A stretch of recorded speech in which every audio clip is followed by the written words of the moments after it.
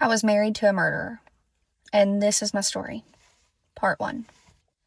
So I'm going to take you guys back to the main beginning.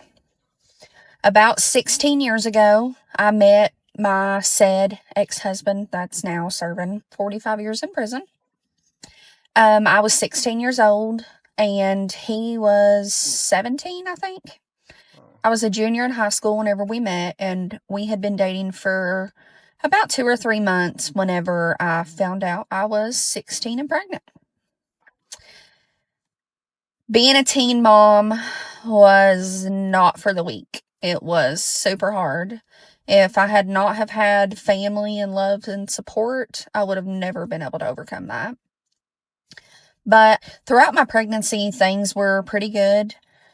He didn't go to school. It wasn't very common back then, but it is now. He was pen foster.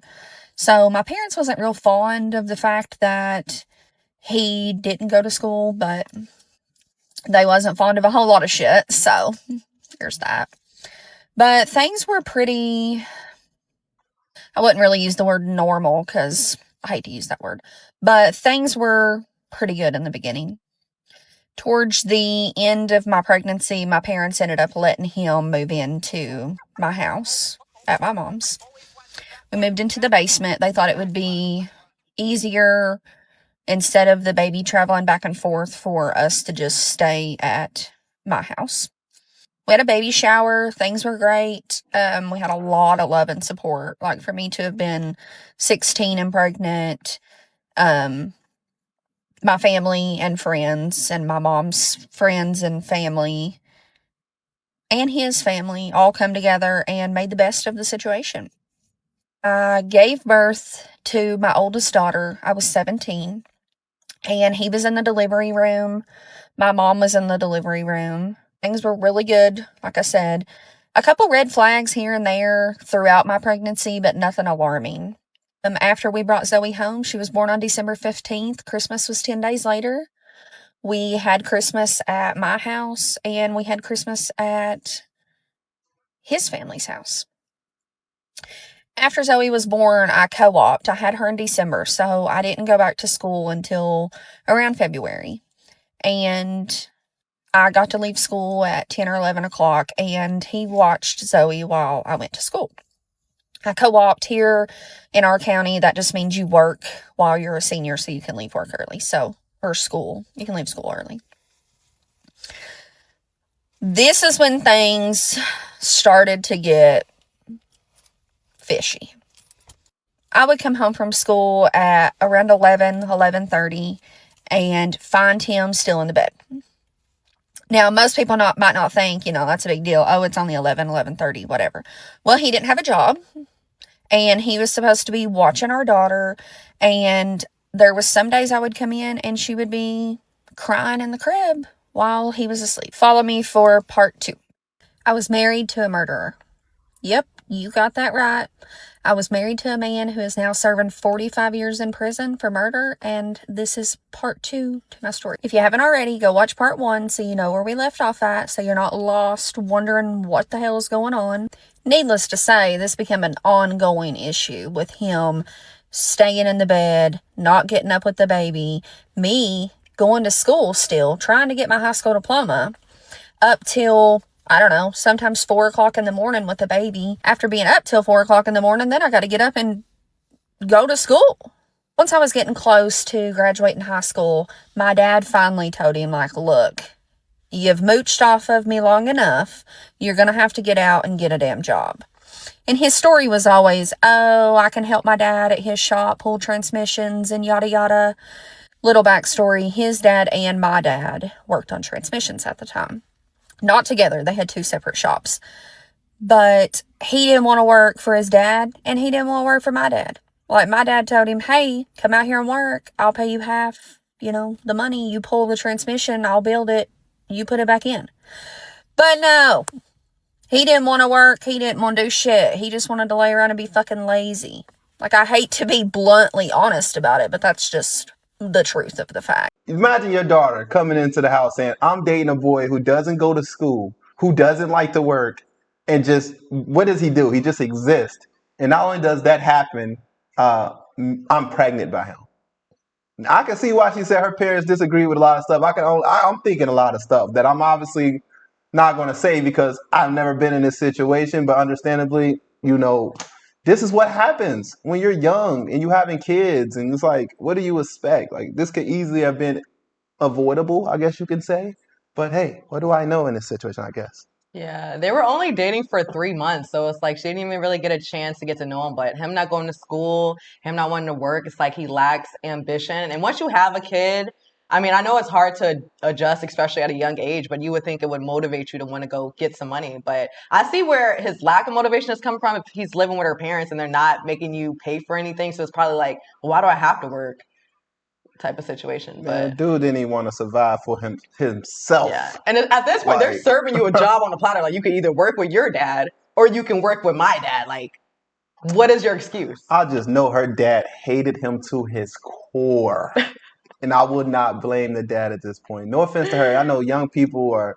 It'd be different if the boy was older, like a lot older. They're like a year apart. So it's like, what do you say about a situation like this? This ain't no damn grooming situation. This is just kids being grown, I guess. I mean, because I wouldn't say that if that was a situation where she was younger and he was older, because I don't like calling victims fast. I had to learn from that the hard way. Like, we grew up here like, y'all being fast. The whole time that's like victim blaming.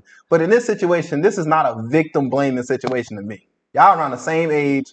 You chose this dude and you just disobeyed all of your parents' rules at this point. Like, this is the one time I feel like we should have listened to the parents. We should have. It was pretty clear as day. You must ain't got no brothers either, because. So this is when a lot of our problems started, is when I'm trying to get an education to where I can go somewhere in life, and you can't even watch our kid while I go to school for 4 hours. So at this point, my dad was like, okay, you've got to get a job, like I said.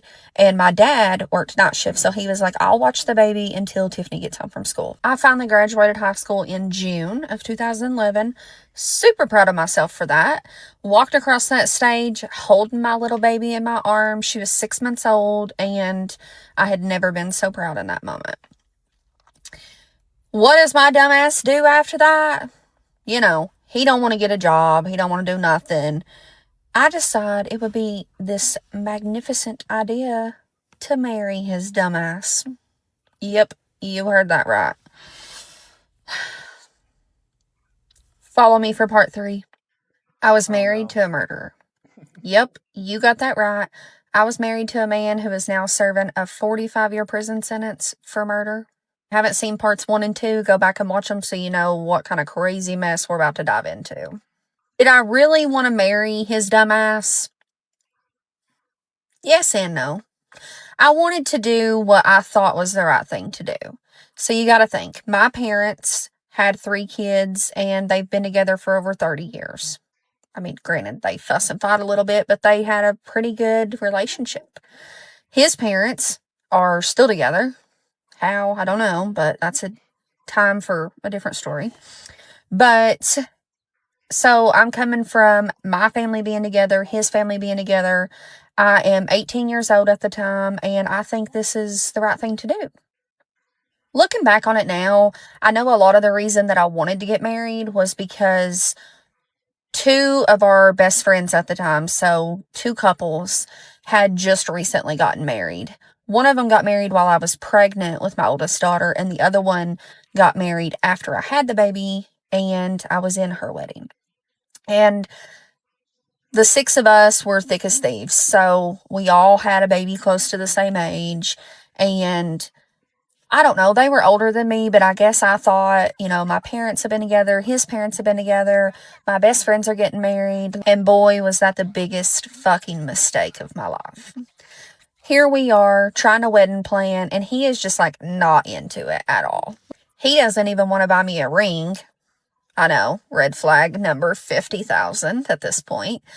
But I was young, I was naive. He finally bought me some $20 ring from Walmart, and I know, money, it is what it is. Sometimes we be struggling. $20, put a ring on your finger if you love somebody. Hey, I think that's amazing. But What do you think about that $20 ring? You can make it happen today. I'm going to say, I'm allergic to fake jewelry. What happened to women? What happened? What's going on with women? Come I'm on, gonna say $20 this, ring, though. we can get married. It's all about the marriage. It ain't about the ring. That's just. I'm allergic, and I'm being so serious. Like I get like, some people are allergic to fake jewelry. I'm not even trying to say it to be funny, but honestly, I don't really feel like it's the price of the ring. I honestly feel like it's just the meaning behind it. Like even if it was like a $100 ring, girl, some rings like that are nice. You can find a nice ring for like 100, 150. Oh yeah. You know what I mean? Okay. For real, it's Cool. really just about. It's really just about the we practice what we preach over here. You gonna stand on that. She gonna stand on that. Or y'all gonna have to run these views. What do you think about that? Hey, listen. If the wedding gonna cost money anyway, I feel like something gotta give. Either we doing the courthouse or we gonna do the little $20 ring. She want to be in Hawaii on the beach, like they don't just be volcanoes out there every other day. I don't even know if we should go there. She trying to leave. She trying to go places where I don't even feel like U.S. citizens should go. We got wars going on. You She get want to go married there. once, that's what I want. That's what I want. Run up the views, Messy family. Run up the views. We gonna be old with this. Y'all gonna be looking at me like, why you ain't did it yet? Cause y'all ain't hear what she want. She ain't taking a $20 ring. Okay.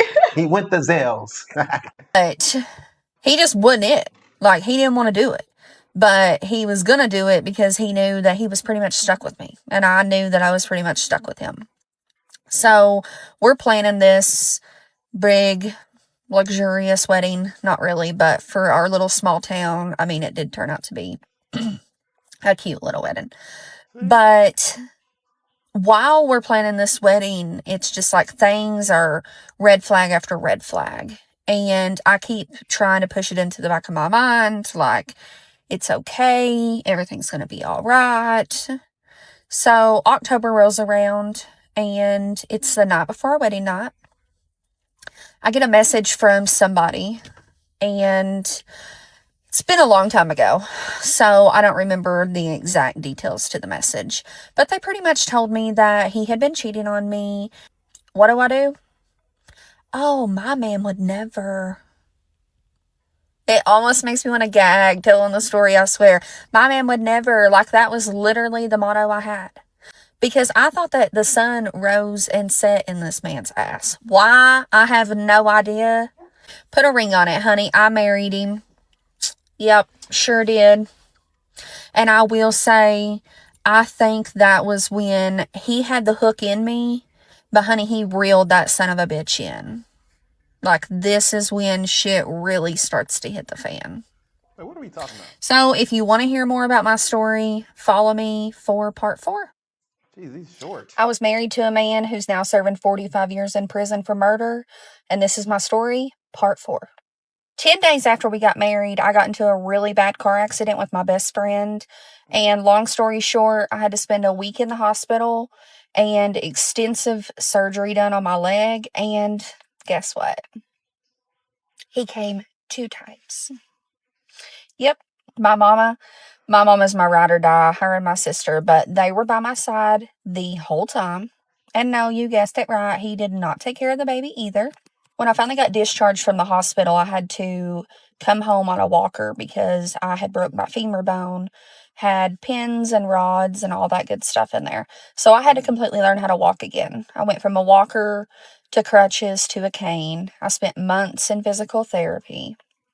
And during this time, he was working finally, but he wasn't helping at all with the baby. At the time, I still lived at my parents' house, and they had a 2-story house. I lived in the basement. Kitchen and everything like that was upstairs. There was a living room downstairs, so thankfully I was able to just kind of hang out down there. But I had to have someone stay with me the whole time because I wasn't able to walk, so therefore I wasn't really able to tend to a crawling baby. During this time, there wasn't any physical abuse. It was more mentally abusive, but I love you, and this is why I'm telling you that, if that makes sense. So, not long after Zoe's first birthday, which was in December, we decided to move into our own apartment together. Now, at the time, we only had one vehicle, and he was working at this time. So me and the baby would stay home while he worked. I was still on a cane, but I was getting around for the most part, able to care for my little girl. This is when the verbal abuse really started to happen. So everything that I did was my fault. The way I put up his laundry, the items I bought at the grocery store, the time I put the baby to bed, anything you can think of, like, oh, you didn't sweep and mop the floors today, even though I swept and mopped them yesterday, and there's 3 people live here and the floors are clean. I was a piece of shit. The first time he ever put his hands on me was in that apartment, and I was absolutely petrified. So this was the first time I had ever called my parents and told them about what was going on. And we only lived a couple minutes away from my parents. My dad got straight in a car and drove there and was ready to someone. Like, he was upset. So I packed my stuff and I moved back in with my mom. 98% of women who live domestic violence go back. I wish that I could have said that would have been the first time I left, but sadly, I left many, many, many more times after that. So I forgave him. He called, cried, it would never happen again. I moved back in, and things were pretty good for several months. Our lease had ran out. We had signed a 6-month lease. Our lease ran out, so we decided to buy a fixer-upper trailer and move it down by his family's house. His family was very loving and supporting, and they did help out a lot with our daughter. So that was a plus side, being close to them. But he almost had me like in his element, like an area where he felt comfortable at. So once we moved in, this is when a lot of the physical abuse started. At this point, I had left him numerous times, and the physical abuse just continued to happen. But whenever I would leave, he would threaten to kill himself if I didn't get back with him. He would burn his house down with him in it. He couldn't live without his kids. I was the best thing that ever happened to him. Like, whenever I would leave, he would praise me, and I'm the best mom ever, and I'm beautiful, and he loves me, and he don't know what he would do without me. But yet, as soon as I would go back, within a week or two, it was right back to the same trauma. And why I didn't just leave and stay gone is what a lot of people are going to ask. But you've clearly never been in love with a narcissist. When you love somebody as much as I loved that man at one point in time, you would do anything for him. Like, lay down and take a bullet for this person, the same as you would your kids. But sadly, that love wasn't 50-50. I felt that way for him. And for me, I was just a person that he could mooch off of. I had finally decided, okay, this is enough. I'm leaving. I'm taking all of my stuff, because I would only take like a small bag. I thought, okay, this is it. I'm taking all of my stuff and I'm getting my own apartment. So family and friends come together and helped me move. I got moved into an apartment and things were going great. It had only been a few weeks, but I had never felt so free. You got to think, I got pregnant at 16 years old, and at this time, I had a 2-year-old baby, and I had lived this traumatic life with somebody that I thought loved me, and come to find out, he never loved me. He loved abusing me. Just when I thought that I was finally free, I was late on my period. So I took a pregnancy test, and lo and behold, I was pregnant with baby number 2. I was married to a man who is now in prison for 45 years for murder, and this is my story, part 5. Yep, you heard that right. I found out I was pregnant 3 weeks after leaving him. So, what does any person do? I call him. We meet up. I tell him I'm pregnant, and the first thing out of his mouth is, "Oh, it's not my baby." Yeah, sir, it is. I've been with you since I was 16 years old. Just because I'm 20 doesn't mean I've been cheating around on you. I had been faithful to this man the whole time we was together, even though he walked out on me several times. During my pregnancy, the physical abuse had stopped, but the verbal abuse was still there. I was so heartbroken. Like, I love my daughter so much. But I did not want to have another child with this man. He was not a good father to my first child, so I knew he wouldn't be a good dad to my second child. But what do? I get back with him. Well, let me rephrase that. I almost had to beg him to get back with me. And like, I cannot even believe that I stooped to that level of low to beg a man to get back with me. But like I said, like, I loved this man, and I thought, I don't know, I guess I just thought I could change him. So we decided to try to work things out. At the time, he had a really close buddy that he was letting stay with him in our house. But like I said, I had moved out and got my own apartment. This all happened really quickly. But he had been coming over to my place, and things were really good. Like, after I pretty much begged him to get back with me, we decided, we'd take things really slow. I would stay at my place, he would stay at his, and we would try to mend the broken relationship that we had. We knew we was both having another baby, so we wanted to make the best of our family. One night, he wasn't texting me back, and if you know me in real life, then you know, just a little psycho. Well, I decided to go down to his house, and whenever I pulled in, there was a car there, and I thought, this is weird. But at the same time, his dad's transmission shop was in the same area that we lived in. So we lived in a single wide trailer like this, and the garage was here. So it was really nothing unusual to see other people's cars there. But that night, something just didn't sit right with me. So I get out of the car, I walk up to the door, and it was locked. I could hear people inside, but I couldn't get anyone to come to the door. Well, honey, I ain't the one that's just going to get back in my car and leave. So I start pounding on it a little bit harder. Well, he finally comes to the door and slips out and shuts the door behind him. And I'm like, what's going on? Like, why did you not want to come to the door? And he was like, oh, I was asleep. I'm like, oh, okay. Well, can I come in? He said, no, I don't really think you need to come in. I said, this was my house 3 weeks ago. We're trying to work things out. You're staying at my place, I'm staying at yours, but I can't come inside. Well, y'all already know why I couldn't come inside. He had some bitch ass hoe up in there. Like I said, if you know me, you know me. So I started hollering come on out here, bitch. Come on. Because I had never been able to catch him red-handed with somebody, but I know that he had cheated on me. So she finally comes outside, and I'm like a fit to be tied. I'm trying to get her to fight, and she's not about it. She keeps saying, oh, you're pregnant, no. And looking back, that was so stupid of me to try to fight somebody over this man, for one, let alone pregnant.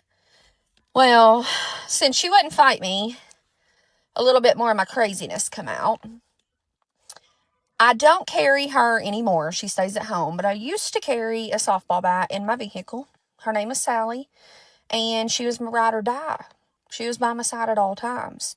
You got to think, I lived domestic violence with this man, and I had to defend myself. So I go get Sally out of the car, and I tell her she got till the time I get to 5 to be getting in her car leaving, or to be the biggest mistake of her life. Well, to make a long story short, she didn't leave. And when she did leave, she didn't have no headlights, no taillights, or no windshield. Oh, man. Thankfully, she never pressed charges on me, but she never come back either, to say the least, that I know of. She thought, or she realized, one, this bitch is crazy, I'm not doing this, and she skirted. So we end up getting back together. I move back with him into our house, trailer, whatever. And this is when more shit just continues to get worse. And the red flags was there, and honey, I must have thought it was a circus ride, because I just kept staying and kept getting on the ride. Out of all the baby appointments that you go to, he went to one appointment. Yep, you got that right, one, and it was the anatomy scan. When they done the ultrasound and told us that she was a girl, he was pissed. We had our oldest daughter with us, and he took her and went to the car and left me with the ultrasound tech in the room. He was mad because it wasn't a boy. That's when he was back on the whole, it's not my baby, I'm not coming with you to the doctor, you can stay here, but I'm not raising nobody else's kid, you're a piece of shit. And then the next day, I love you, I know it's my baby, I'll come to the next appointment. The next appointment rolls around, he doesn't come. With my oldest daughter, I went into labor, but with my middle daughter, our second child, I was induced at like 39 weeks and 2 days. Well, he said that he wasn't coming to the hospital until I got further along because he wasn't staying up there all day waiting. So my mom and my sister stayed with me the whole time. And as I'm getting further along, my mom is calling him and she's like, hey, you need to get here. Like, she's in full-blown active labor and we're going to be having this baby any minute. Phone call after phone call after phone call. He never answered. My dad even went looking for him before he came up to the hospital. No one could find him. So, I mean, my body doesn't have any other reaction but then to keep going. My mom and my sister ended up being in the delivery room with me, and my mom is the one who cut her umbilical cord. And I'm just so proud that it was her and that my sister got to experience that with me, because it was honestly so much more peaceful not having him there. When he finally did get to the hospital, he was pissed because he claimed that no one let him know. But yet my mom showed him where she had called him probably 75 times and left numerous voicemails, even called his parents. Once they got me moved to the postpartum unit, he held her for the first time. And that's when he confronted my mom, saying that she never let him know that I was in labor. And he made my family leave the hospital. Well, I wanted to speak on the fact how he just waited to, start the abuse verbally and physically. Like he waited until they moved into their own spot because he already knew her dad wasn't going for none of that. And the fact that he ran over there as soon as he found out that was happening doesn't shock me. It's like he waited to get her in his own element to, have his way with her, which doesn't shock me for a abusive person to do something like that. And then he even later on went and moved closer to his family, and the abuse got worse because now he's even more comfortable because your dad can't just run up over there 3 minutes later, like she said, before he was down the street. Yeah, I think one thing, women, young women, older women, I think any woman that's in a situation like this, you gotta learn to trust your instincts. Men, I hate saying this like it's all of us, but it's not all men, but I gotta be honest. Men do get in situations like this, and like I think we all know a man who's aggressive towards women and stuff like that. And one thing they do like to do is like trap them. Like these men are insecure. They don't want to be with nobody. Honestly, they want to be with everybody, but they want somebody that they can constantly come back home to that will be okay with this type of stuff. And if you the type, I'm not trying to bash her. I'm trying to really walk on I'm trying to really like be careful what I'm saying, because I don't want to make it seem like I'm victim blaming her in a sense. It's just sometimes you kind of set yourself up for it in a sense, because you knew he was this type of person, and instead of just letting it go, you just continue to try to have more children with him. I feel like personally, just listen to the story time, the reason why she continued to have another child with this man, I don't think that was by mistake. I think that he was treating the first child probably pretty poorly. Obviously he was, but it's because it wasn't a boy. And then what gave me that red flag was when she said that, how he flipped out when she was in the hospital about having a girl. He never wanted a girl from the jump, which I don't understand, because he's a horrible man. I don't see why he would want another boy like to raise a man and be just like him. He should be grateful that his daughters, because they can grow up and just realize not to ever find a man like him. They can use him as an example. But as a boy who looks up to his father, he might end up imitating that type of behavior. And yeah, so I think he just honestly never wanted that boy. I mean, never wanted that girl, and she tried to have another child for him, and it ended up being another girl. That's God right there, though. As a woman in this type of situation, what you can do is start having higher standards for yourself. You're never trapped. She thought she was trapped with one kid, then she had another kid. Now she's feeling like she's really trapped. And then you put yourself in this trap too, because you technically married him. You accepted his little $20 ring, you accepted all the low standard stuff, and you were just like, you know what, I just want this. And I can understand that. Who wants to have a kid outside of wedlock, in a sense? If you could have it your way, I think everybody ideally would want to get married to the person they had their first child with. That's common sense. But it's like, would you force it? Should we force it? No. it's not as bad being co-parents as people make it out to be. Like, I'd rather just be in separate households, co-parents, and then be in the same household. Because what are we teaching our children at this point? That it's okay to be dealing with abuse and dealing with somebody who, like, think about it, you have daughters. Like, you just showing them that it's okay to, take this type of like punishment in a sense. They that'll make them grow up not respecting you as well. Not just the father, but you. They might not see you as a strong woman until you get out of that type of situation. But that's just my opinion. I know I'm probably saying a lot. I say I definitely get it though. They had kids young, so it's like we see our parents sticking it out all these years. You're the only person I got a kid with. We're married. I'm gonna try my best to make this work because I don't want to have kids with anybody else. I don't want other people to look at it like we failed our marriage. Yeah. So I get it. She probably thinking to get better over time. Like she said, if she had the boy, she probably thought their marriage would get better. But she had a girl, and now he's flipping out and not even showing up at birth. Right. Stop caring what other people think, man. If you're in a situation where you made a mistake, I don't care if you put this man on the highest mountain in the world to people and made him feel like he was this amazing person. Tell everybody you lied and go back with your life. It's okay. You can back out of things. You don't have to be stuck with somebody because of public perception. I know a lot of us know people who just together just to be together because they don't want people to think like, oh, them two having issues. It's okay. Even though those people typically be the ones acting like they be judging other people for being in, co-parenting and not being married. It's okay to step off that high horse at times and say, look, I'm one of you and I failed too. It's okay. I was married to a man who's serving 45 years in prison for murder, and this is my story, part 6. Once I came home from the hospital from having my second child, the physical abuse started right back up, and this time it was way worse than it was in the beginning. I got my CNA license while I was pregnant with my second daughter so that I could have a decent job and try to support my girls because I knew that leaving was on the agenda. I just had to figure out the correct time and a way to make it happen.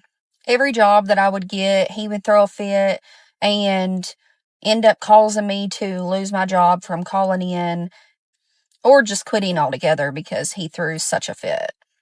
By the time summer rolled around, I was very distant with my family just because he didn't want me to have a relationship with them. So I didn't get to see my parents a whole lot, even though we lived less than 10 minutes away. They would show up down at my house and we would spend all day together. But then as soon as they left, I would get the shit beat out of me. Now, don't think for a minute that I just let him beat the hell out of me. Because, honey, I beat the hell right back out of him. This is times whenever I should have left, but I continued to think that I could change him. But we all can clearly see that I did not. Fast forward a couple months later, and I had no phone, no job, no money. I kept finding like white substances, like little powder on the bathroom counter and the kitchen counters. And I would ask him about it, and he would say it was drywall dust. And I know, like, I should have immediately knew what the fuck it was, but That explains a lot. my dumb ass was like, oh, yeah, that probably makes sense. Even though we wasn't even, like, remodeling our house. I don't know. It wasn't until I started finding straws with the white powder that I knew what he was doing. Once he started using drugs, he was always an asshole. Like, he bitched about everything. But the physical abuse sometimes would happen, and sometimes it wouldn't happen for a couple weeks. So it was kind of getting, I don't know, a little bit better and easier to deal with because he would rather be gone with his buddies off doing God knows what. Now, mind you, whenever he would leave and go places with his buddy, he would take the battery out of my fucking car so that I couldn't go anywhere. Yep, you heard that right. He would physically take the battery out of my car so that I could not leave the house. So, like, Lord forbid if something would have happened to one of the kids, I don't know what I would have did. Even though his family lived close by, knowing that you don't even have transportation when you have a car sitting there was just mind-boggling. And the reason... Hold on. Taking a battery is insane. What's wrong with taking just the damn keys? The battery, bro? Damn. My thing is, He has brain rot, bro. That's brain rot. but he couldn't do this back when they was in high school when dad was trying to offer him a job. Now you just doing it as side missions. Now he daily. can do stuff most men can't do. I'm not gonna lie to you. You just unbolted a damn battery out of a car, bro. You could have just took the key. That's how you know he's slow. That's why he should have went to school. He should have went to school. School would have just stay in school. Make sure y'all kids I go to mean, school. if you know how to hijack a car, I mean, taking the keys ain't nothing. I'm just But like, imagine what you her gonna do? hijacking her own car is ridiculous. But okay, maybe they are that crazy together. Maybe they both just crazy. Maybe she got some hijacking skills. If that's the case, I would have just took the keys. I would have never thought she can hijack it. But okay, whatever. Maybe I'm gonna take the battery next time. I'm gonna take the battery. Got it. He did that's because he wanted to isolate me from my family because he knew that I was going to leave him. We both smoked at the time, and whenever he would leave me like 1 or 2 cigarettes for my allowance. And honey, if you smoke, 1 or 2 cigarettes for 14, 15 hours don't do shit. Like, I can remember going through the ashtray and digging out little butts that had a little bit left on them. Yeah. So one day I finally said, okay, I've had enough. Mind you, I've said this 20 times at this point. I pack me a little suitcase and I go to my mom's house, and I'm not even gone for like 5 or 6 hours, and he calls me. He has himself barricaded in the bathroom with a shotgun to his neck, saying that he's going to blow his brains out if I don't take him back. My mom begged me not to go down there and talk to him because I told him, I said, I'm not taking you back. And he was like, well, will you please come talk to me? You're the only one that makes me feel better. She begged me not to go because she knew what would happen if I did go. I would get right back with him. But what does anyone do that loves a narcissist? We give in. I go down there, and he really is in the bathroom sobbing, like hysterically. Yeah. He promises me that if I will stay with him, he'll go admit himself into the psych ward, 5th floor, whatever you want to call it. So I agree. I'm like, okay, you need some help, because he had like clearly mental illness. I said, okay, if you will promise me that you'll go sign yourself in, then I will move my stuff back in and I will take you to the hospital. He was okay with that. He was like, okay, I will pack a bag. Let's go. Now, mind you, I had left the kids at my mom's house while I went down to check on him because, of course, I didn't want them to see something like this. So we get in the car and we're headed across the road. The hospital that we were going to was probably about 45 minutes away. Well, we passed by the church and the cemetery where he had some family members buried at, and he wanted to stop by the cemetery. So I'm like, okay, no big deal. Well, we pull in, he goes down there, sobs, cries. I give him his space, thinking that, we're going to be all right. I'm going to get him to the hospital and things are going to be better. Nope. He ends up beating the hell out of me, putting me in the vehicle, taking me back to the house and telling me either you go get our kids and you get back here, or me and you are both going to die because I'm going to blow my brains out and blow yours out. I should have known that he was too big of a coward to actually do it. But of course, whenever your kids are on the line, I was like, okay, I will do whatever you say. I get myself presentable. I let my mom know, hey, we've worked it out. I'm coming to get the kids. She's hysterical, doesn't want to let the girls go, but she knows she doesn't really have any other option. So I pick the kids up. We come back to the house, and the next time I leave will be the last time that I ever left him. I was married to a man who is now serving 45 years in prison for murder, and this is my story, part 7. The next several months was the most traumatic events that I've ever went through my entire life.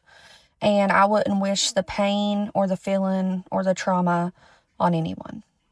Not only did the physical abuse get so much worse, but the mental abuse was beyond words of even explaining. This man mentally terrorized me, is the only word that I can use to kind of explain what happened. But he would make me stay up for like days at a time.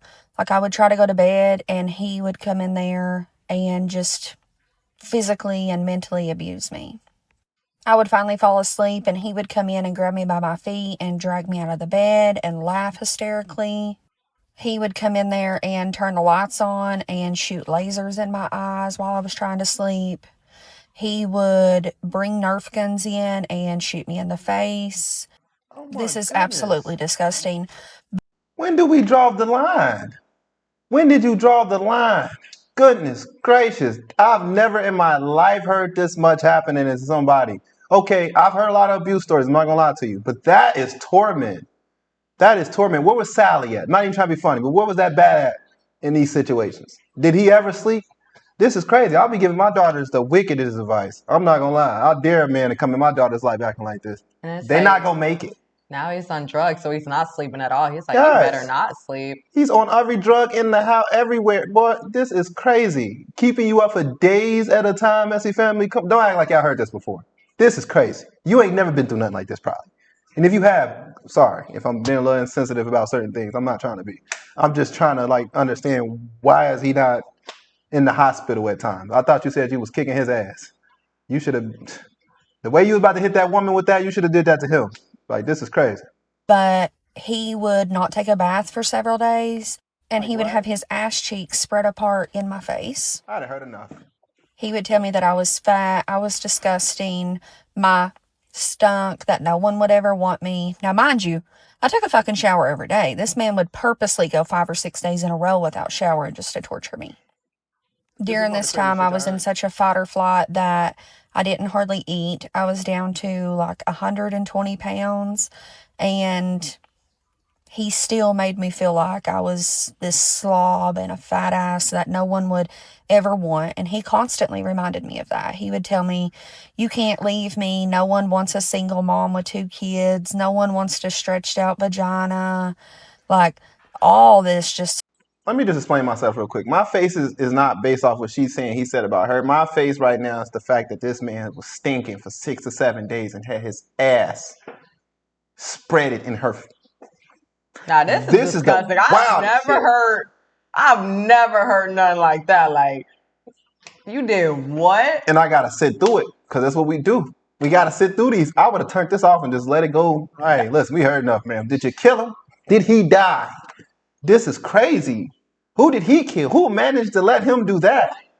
This is crazy, bro. This is the craziest shit I've ever heard in my life. And I done said this a lot of times with videos, but every time we find a new video, it just gets crazier and crazier. I did not see this coming at all. That part was, I can't, now I gotta try to get that out my head. Uncalled for. I'm trying to get that out my head. When you thought you've met the worst person in your damn life, think of this. If he ever topped this, some of y'all would put up with some shit I ain't never heard of. Lord. Disgusting stuff. I would take the physical abuse any day over the mental abuse that he put me through.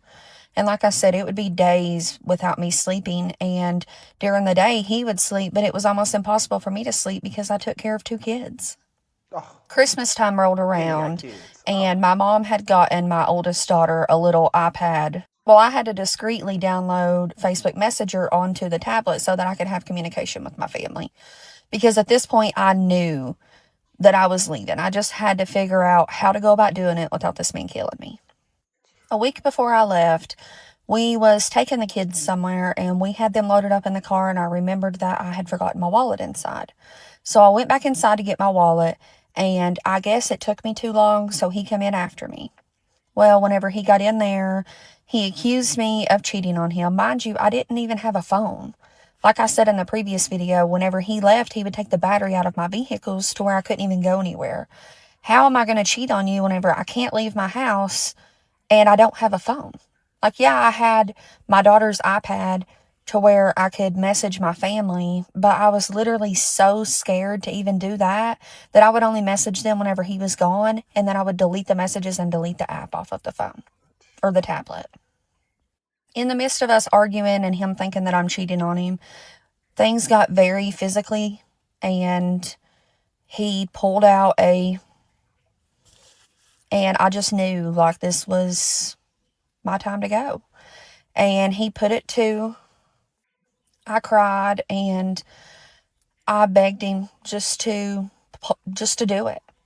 I was so overwhelmed and exhausted from the mental and physical abuse that I didn't want to be here anymore. I love my daughters so much, but I didn't want them to have to see me go through that anymore. I thought that was my only way out. In the midst of us fighting and arguing and beating each other's ass, I ended up making it into the master bedroom of our house. So whenever I got in there, I knew he was coming for me. So I took a really long dresser and scooted it in front of the door to where he couldn't get the door open. And like I've said before, we lived in a single wide trailer, and our room had the tongue off of the end. So I opened the window and crawled out the window onto the tongue and took off running down the road. I don't really know where I was running to, but I guess I was just trying to get out of there. I was hoping that it would give me enough time to get somewhere, get in the woods or something, to hide long enough before he got the door open and realized that I was gone. My parents only lived a couple miles away, so I was thinking if I could hide from him, then I could come out once he was gone and I could try to make my way to my parents' house, because I knew if I could get there, I could call the police and I could be done with this whole ordeal. How he even knew what direction I ran in honestly shocks me. I don't know if like maybe one of my kids seen me go that way and he asked and they told him. And you got to think they were 5 and 2 whenever I left, so they didn't know any better and really know what was going on. Well, I mean, they knew what was going on, but they were still kids.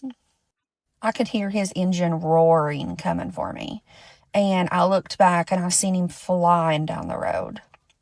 Well, he tries to run me over 2 or 3 times and I kept darting and jumping out of the way.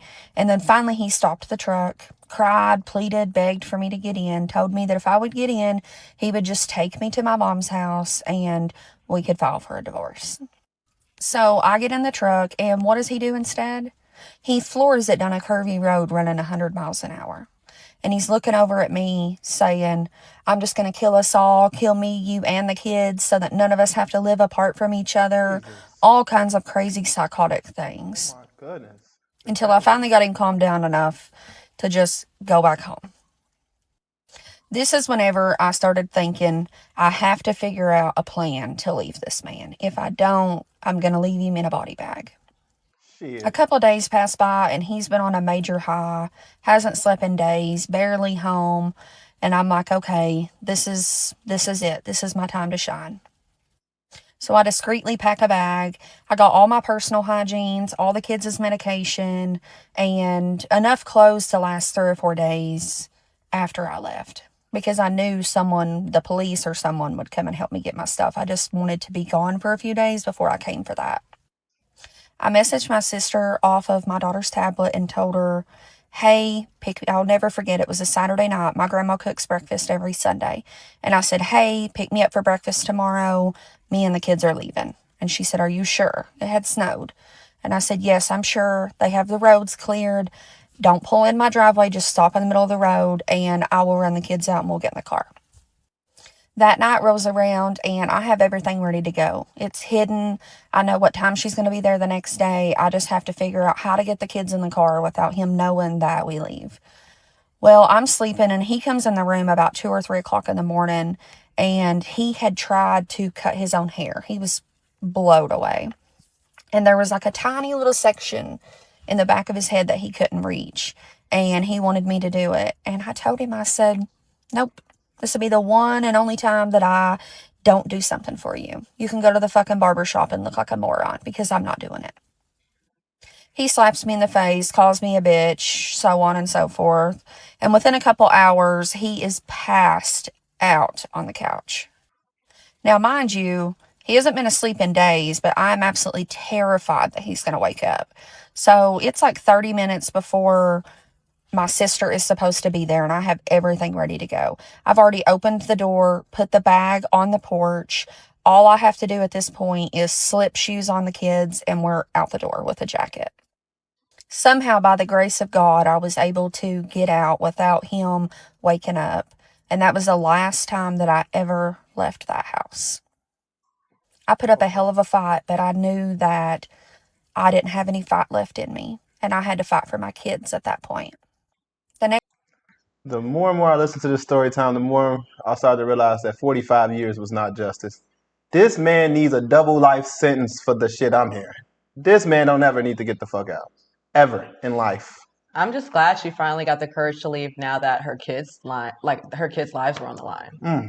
Goodness. Before it was just he was threatening her, threatening his life, but now it's like, now you're threatening my kids. Like, no, you're not taking my kids. I feel the fear. Like, you know how you watch a movie and it's like anticipating this moment where they're trying to escape? Like, I'm feeling the escape part as if like I'm with her. I feel like I'm suffocating with her. Like, oh my goodness, is she gonna make it out the house? Did she make it out the house? This is ridiculous, bro. I couldn't live in. I don't know how anybody can deal with such torment. That's just so demonic. Next part's whenever I'm going to get into the details of after we separated and what led him to being charged with murder. I was married to a man who is now serving 45 years in prison for murder, and this is my story, part 8. After I left him, surprisingly, he didn't really try to get back with me, which was perfect for me because I was done, like you all clearly could tell in the story. We sat down together and worked out a visitation schedule for him to see the kids. Hell no. And I hired a lawyer and we went to court and filed for a divorce. Things were decently good for the first couple months after we did separate.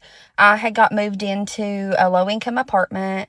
I got a job at the nursing home again. I was supporting my girls. Life was good. And then this is when he stops getting the kids. Good. His mom would message and still want to get them, so I would let them go and spend time with her. But it finally came to a point to where I was like, why am I even forfeiting my time when they're not spending time with their dad?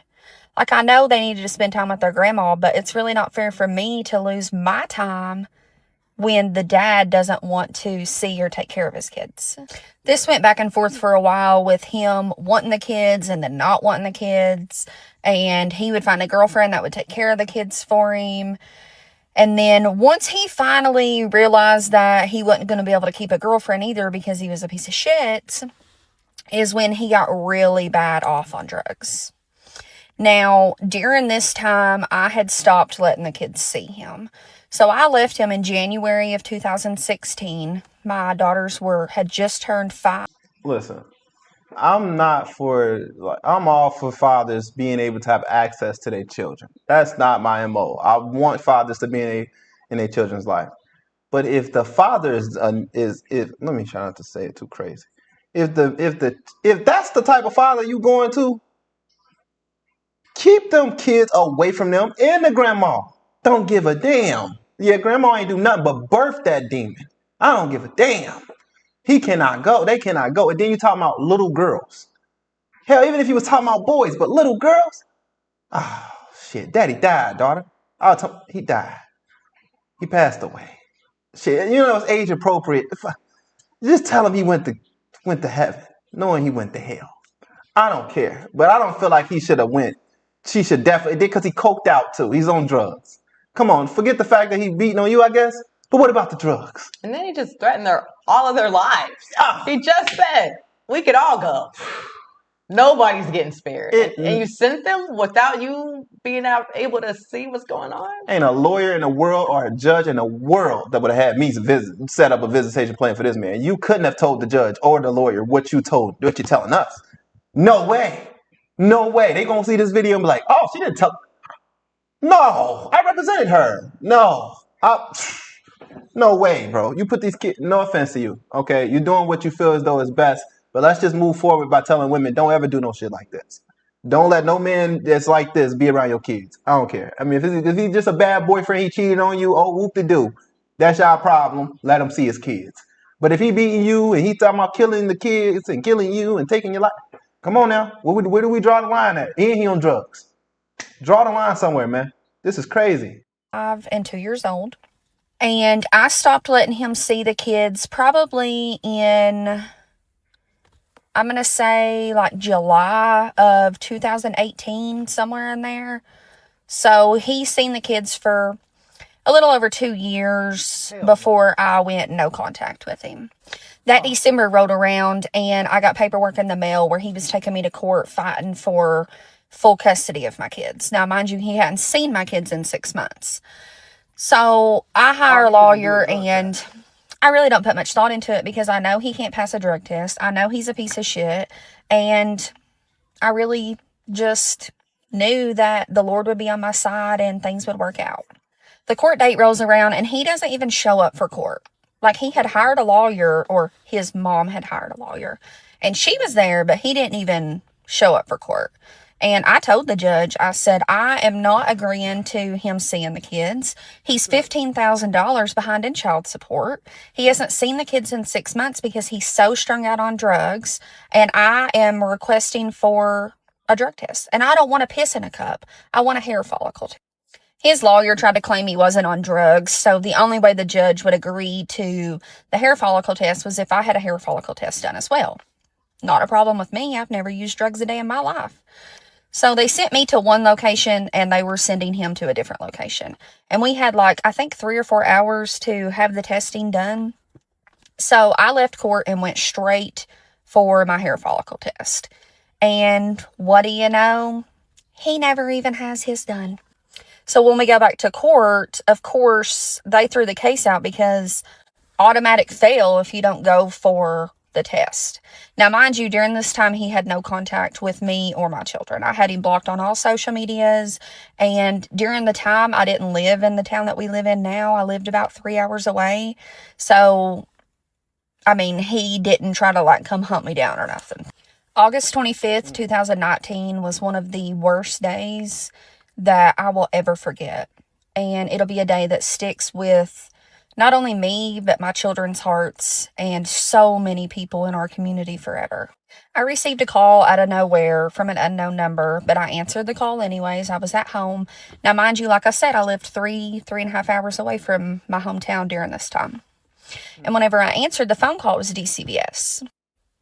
They told me that they were trying to locate my house and that it was urgent that they speak with me. So they were literally within a mile of where I lived at. So I give them the proper directions, how to get there. I have no idea what's going on. I don't know if someone's reported me to DCBS or what.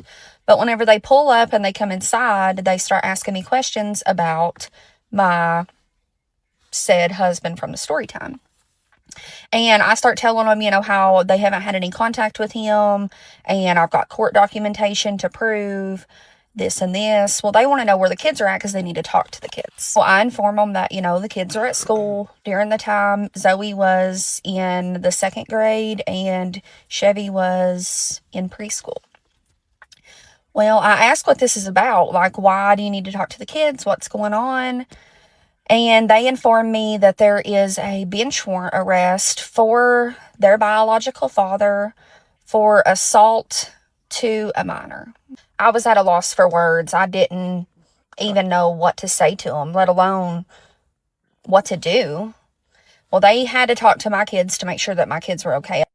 I kept reassuring them that my kids had been no contact with him for over the past year, but they still had to lay physical eyes on my children since the charges that he was wanted on were assault charges for a minor. When social services left my house, they left me with paperwork that awarded me full custody of the kids immediately. And now, mind you, he was still on the loose. They had a bench warrant for his arrest. And the next 24 hours before he got arrested was the most terrifying time ever. I was scared to death knowing what he was accused of, that he was going to come and just off us all. I had no idea. Less than 24 hours later, he was picked up and his charges were moved from assault to a minor to murder to a minor. He had murdered his girlfriend's 2-year-old daughter.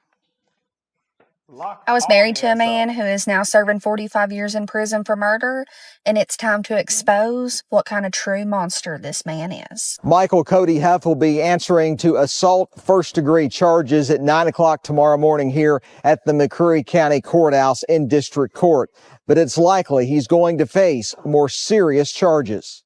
Police were called to Somerset's Lake Cumberland Regional Hospital on Sunday. They had a 2-year-old child that had been brought in with life-threatening injuries. That little girl would be sent to UK hospital, and on Tuesday she died. The coroner says she is Kimber Collins, and she died of blunt force trauma. Prior to her death, police charged 27-year-old Michael Huff with assault. He was arrested on Jennings Branch Road in Whitley City. The prosecutor says a grand jury will consider a harsher charge. In the process of arresting the defendant, putting him into custody, and all that processing, she passed away.